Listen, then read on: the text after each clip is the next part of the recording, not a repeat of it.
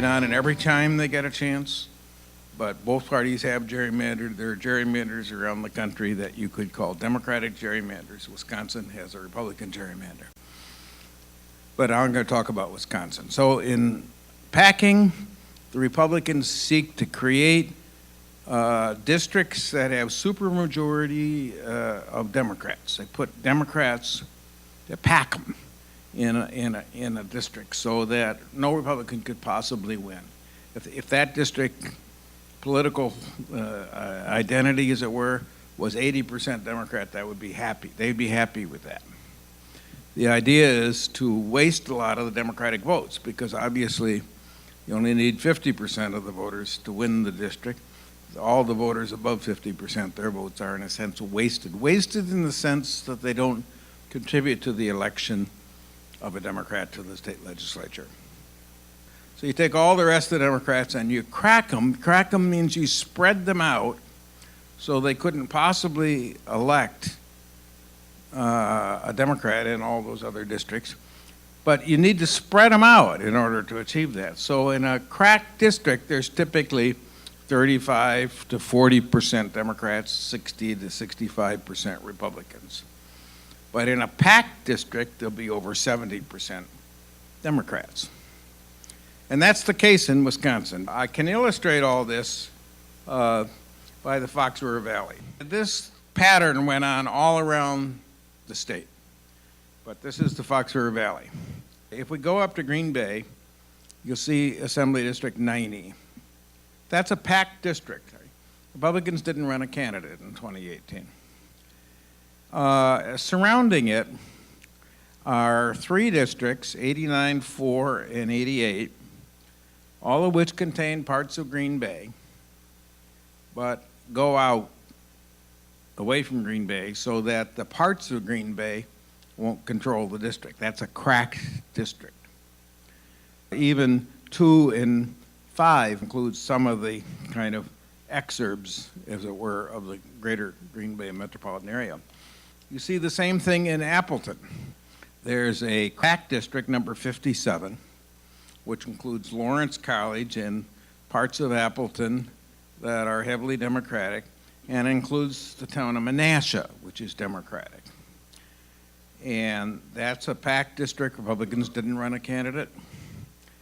And surrounding that district are three other districts, 56, which kind of wraps around 55. You have to follow the color.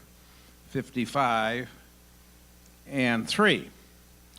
And 55 and 3, all three of these districts take part of the greater Appleton area and then spread them out into the country so as to, that's cracking, taking some Democratic votes and combining them with more Republican votes. And 55 and 56 are all Republican districts. And then we go further south to Oshkosh, the same thing. 54 is the packed district, downtown Oshkosh, the campus. Republicans did not run a candidate. In all three packed districts in 2018, the Republicans did not contest. And then 53, you can see, combines a little bit of Oshkosh and a bunch of the suburbs and some countryside. That's a cracked district. So those are the techniques of packing and cracking, and they're duplicated all across the state. There are packed districts up by Superior Bayfield. There's a packed district in Eau Claire. There's a packed district in downtown La Crosse.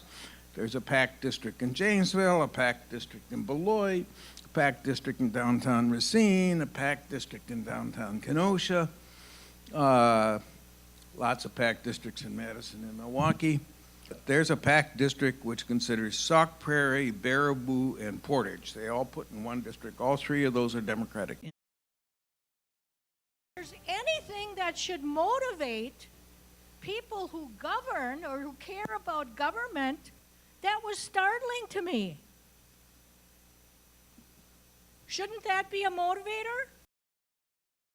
Let me talk a little bit about the circumstances in which this gerrymander was enacted. It was enacted in the summer of 2011. There's been quite a bit written about how the Republicans went around drafting this gerrymander. and we can talk more about it in Q&A if you want, but basically they hired some lawyers from the leading big Republican law firm in the state, Michael Best and Friedrich, located in Madison, to be in charge of the drafting of the new redistricting. They seconded some key legislative aides for Republican legislative leaders to the law firm to be temporary employees of the law firm to actually do the work. They put them in a locked room. Those of you who know the square in Madison, it was in the big glass bank building that's on the square, U.S. Bank. It was called the map room. It was locked. You had to have permission to go in, access. Basically, the only people who got in there, not just any legislator, could go in and look at it. You had to be a legislative leader. You had to be one of the lawyers, one of the key staff people who basically worked in there, or a couple consultants that they hired. They drafted and drafted and drafted and drafted till they crafted a map using packing and cracking that produced as large a Republican majority as they could figure out how to do, drawing the lines, consistent with their idea that the Republican majority had to be safe, that the cracked districts wouldn't be 52-48,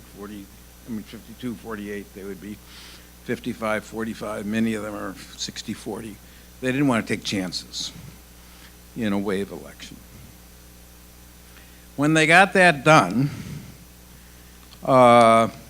they brought in just the existing Republican members of the legislature to look at their new district, but they couldn't see the whole map. They could just see their own new district and make any comments they wanted about it, and they might fiddle with a line here or there.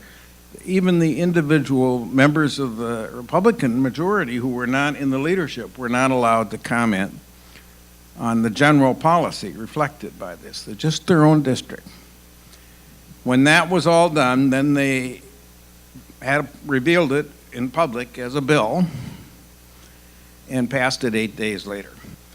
The tradition had been that the legislature would wait until the local governments had redrawn their local voting districts, or we used to call them precincts. I think they're called voting districts now, or some places they're called wards. But in any event, they're the lowest unit. Well, they didn't want to wait till the local governments got done. So they just drafted anyhow, not knowing what the new voting districts would be like. And then because of the Wisconsin Constitution, they passed a statute directing all the local governments when they got around to redrawing their voting districts to be sure that none of the new voting districts crossed any assembly district line as just drafted. So you had the local governments lost their ability to control a little bit assembly district drafting. We need to take redistricting out of the hands of the legislature. Voters don't choose their legislators, legislators choose their voters, because we let the legislators draft their districts. So with that, I want to introduce Hans Breitenmoser. So I'm going to hold this in my hand, and then you guys can see an illustration. The purple counties passed advisory resolutions. What Lincoln County did was we said that we feel the state of Wisconsin should come up with a nonpartisan procedure for drawing our legislative and congressional district lines. It passed 18-4. I think that helped inspire some other counties. And I think this is another, sort of homework assignment for everybody. Talk to your county clerks, because and I just was talking with ours the other night to see if the County Clerks Association has taken a position on this, and as far as he knew, they had not.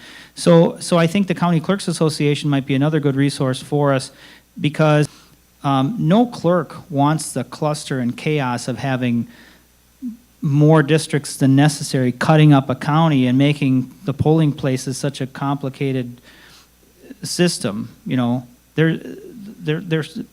The lines are supposed to follow existing boundaries as much as they can.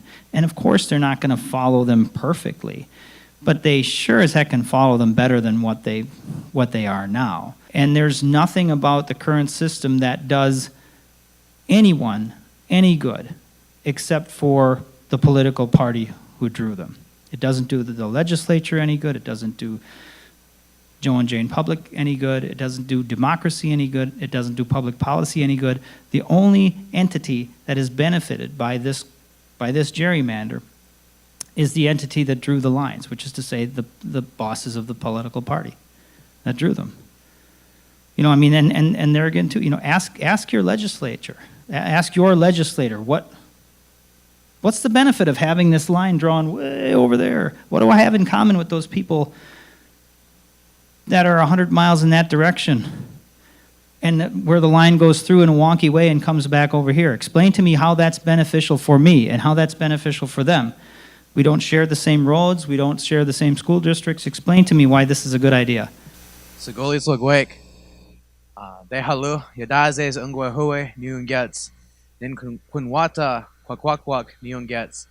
Then Wangwaho, Niwakitaloda. Hello, everyone. My Oneida name is He Walks Amongst the Sky. And my Kwagilt name means the sound of thunder. Now I'm Wolf Clan. I'm part of the Oneida Tiaga, people of the Standing Stone. The Oneida Nation, just local here. I just wanted to thank every one of you for coming out here, because coming together for important issues, nonpartisan issues like gerrymandering, is a fight for our next generation. You know, it's a fight for the people, because issues like gerrymandering is a power grab. It's a power grab by politicians to take power away from the people for their own political gain. So I do appreciate every single one of you coming here today to talk about these issues and to really work together, regardless of your political affiliation, for our next generations and for the people, for the voice of the people. So yeah, I'd just like to give that thanks to all of you, and I hope you have safe travels, and I hope you all have a great life. And it was very nice meeting you all over here, and I was very grateful to be here today.